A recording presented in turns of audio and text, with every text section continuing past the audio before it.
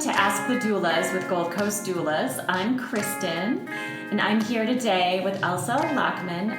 She's with Mindful Counseling, and we are talking about how partners and other caregivers and family members can support a woman who has potential signs of postpartum depression or mood disorders. Yes, so if postpartum is going to be an emotional time, so tears, some anger, sadness are all part of the experience. After about 2 or 3 weeks out, if spouse or a friend or a mother is noticing maybe mom is crying more than usual, doesn't really looking forward to things, has these unusual fears that they can't seem to let go of. Another sign would be not seeming to eat very much, or either sleeping a lot or not being able to sleep when the baby is sleeping. If they're noticing those signs, would maybe be a sign that they could go talk to somebody as far as a therapist or go see their doctor. So approaching mom would be, in a way, to not criticize mom that she's doing anything wrong. She's not doing anything wrong.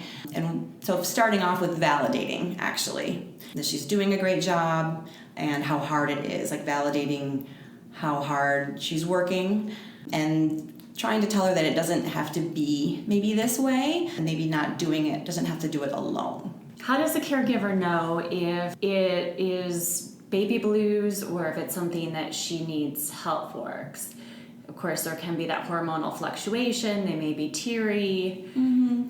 Baby blues usually stops after like 3 weeks postpartum. So after that would be maybe sign that there's more going on. But I would say, is it getting in the way of functioning? Is it getting in the way of relationships? Is it getting in the way of, whether if they're working, in the home, outside, getting those things done to a degree that is expected postpartum. Not everything running smoothly, but our relationships being affected. Those would be signs that it's more than just baby blues. How can a spouse, partner, or caregiver be supportive in order to empower her to get help? Is it best for them to directly reach out for help for her if they're seeing signs, or what do you recommend? I recommend the mom reaching out. So that would be encouraging mom to reach out herself. And maybe she needs to talking to a friend and having more time with a friend or more time to herself would help. Seeing how that works. If that seems to help and is enough to alleviate whatever stress is going on, then that works. But maybe if it's not working, then it's taking it to another level, which would be contacting a therapist or your doctor. Sure.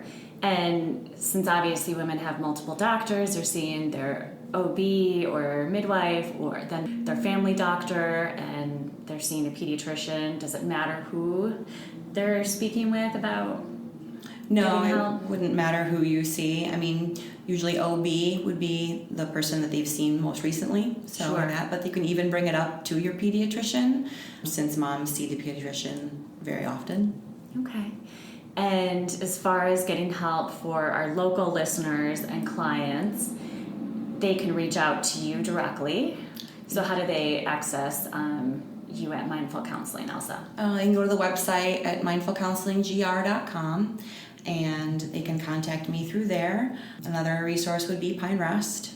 And through your OB's office, there also is a list of therapists who specialize in perinatal mood disorders, which includes postpartum depression and anxiety. That's so helpful. And in a past conversation we had, you had mentioned that women can bring their babies to therapy, that you allow that with clients that you're working with. And I know certainly Pine Rest encourages that with their mother-baby program.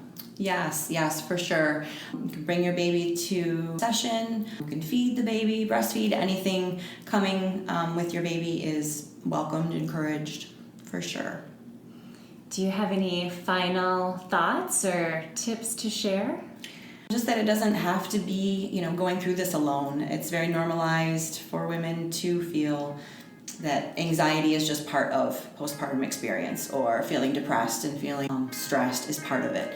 And while it might be, it's a new phase and there's a lot going on, it doesn't have to be where women are just suffering through it. Great point. Thanks so much, Elsa, for being on. You can find Ask the Doulas at goldcoastdoulas.com, SoundCloud, and iTunes.